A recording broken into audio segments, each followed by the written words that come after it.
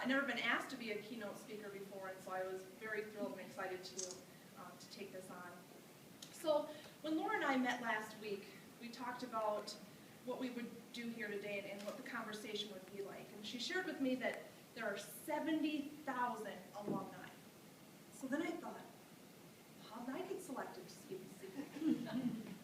And so she said, share your pointer story. So as you'll learn through my pointer path, how I got here today.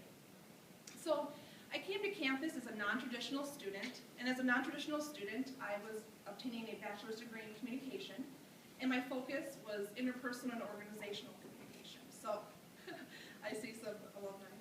And on my first day, I met with the chair of the communications department, Professor Ilka, and he said, you're going to want to get involved in SHRM. Okay, SHRM, S-H-E-R-M. Okay, I need to get involved in SHRM.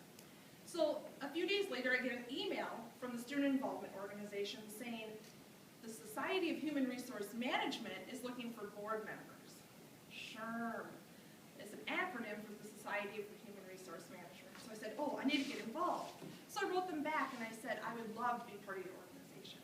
Well, it wasn't a few days later and it said, congratulations, you are the president of SHRM.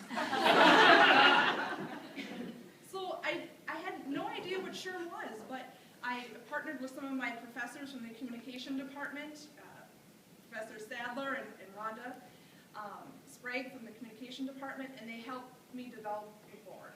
And so over the year and a half that I was the SHRM chapter president on campus, we would invite HR professionals in the community to come and to speak to our group so we can learn more about the human resource profession. So Associated Bank, Century Insurance, Noel Group, Ministry Healthcare, we'd invite all of those folks to come in and speak to us. And if we had fundraising events, folks from Century Insurance would come in and help us sell hot dogs in front of Triggs. I remember Dick Hawley would show up on a Saturday just to help us do those events. And so after a year and a half of being on the board, we were honored with the Merit Award. The SHRM chapter had been absent on campus for about 6 years, and so it was a great accomplishment. So as I was preparing to graduate in the May of 2003, Lori Walters was having some employers come on site to do some on-campus interviews. And so I interviewed with Family Video and Shopco, and I remember Lori Walters sharing with me that, wow, they were really impressed with you. And this was back in 2003, and this was the start of developing that relationship with Lori Walters. And so as I was looking for employment, I saw a position on the Century website. It was for a staffing coordinator, and received an email about a few hours later from Liz McDonald, one of the HR managers at Century Insurance, who had come to one of our interviewing workshops as part of the UWSP SHRM, and said, Nora, we just posted this brand new position. We've never had this position before. If you're interested, apply. And so I got a call a few days later from Dick Hawley, the person who helped us sell hot dogs out in front of Triggs, saying, Nora, we'd like to bring you in for an interview. And so I went in for a first interview with Dick, and went back for a second interview with Liz McDonald. And the story goes that I graduated on a Sunday from UWSP, and I started at Century Insurance on a Monday.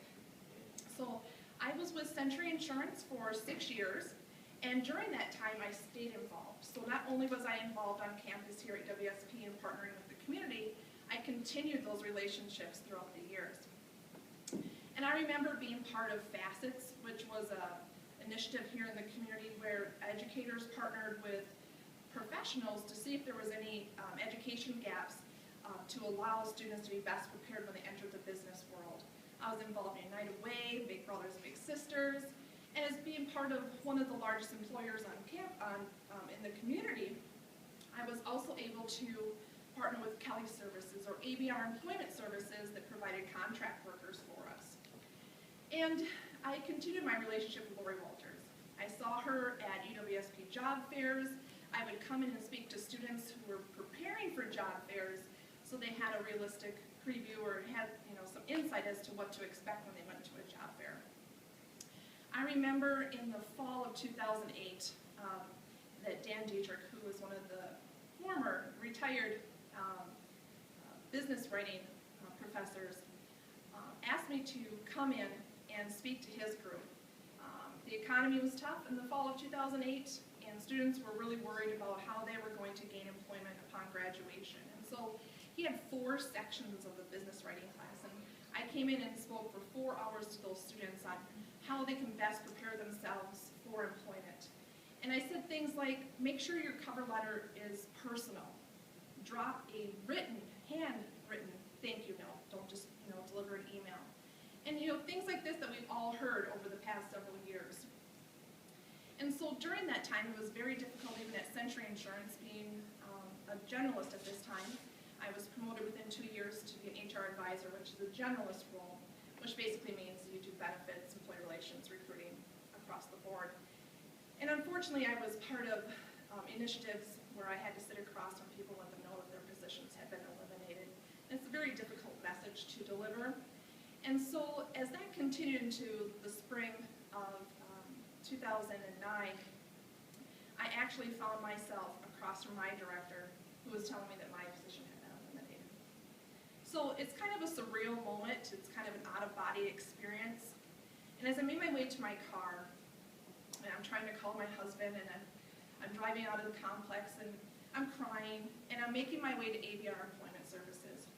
Because I know this isn't a time for me to get down on myself and to really focus on the negative. I had to keep going. We had just purchased a home.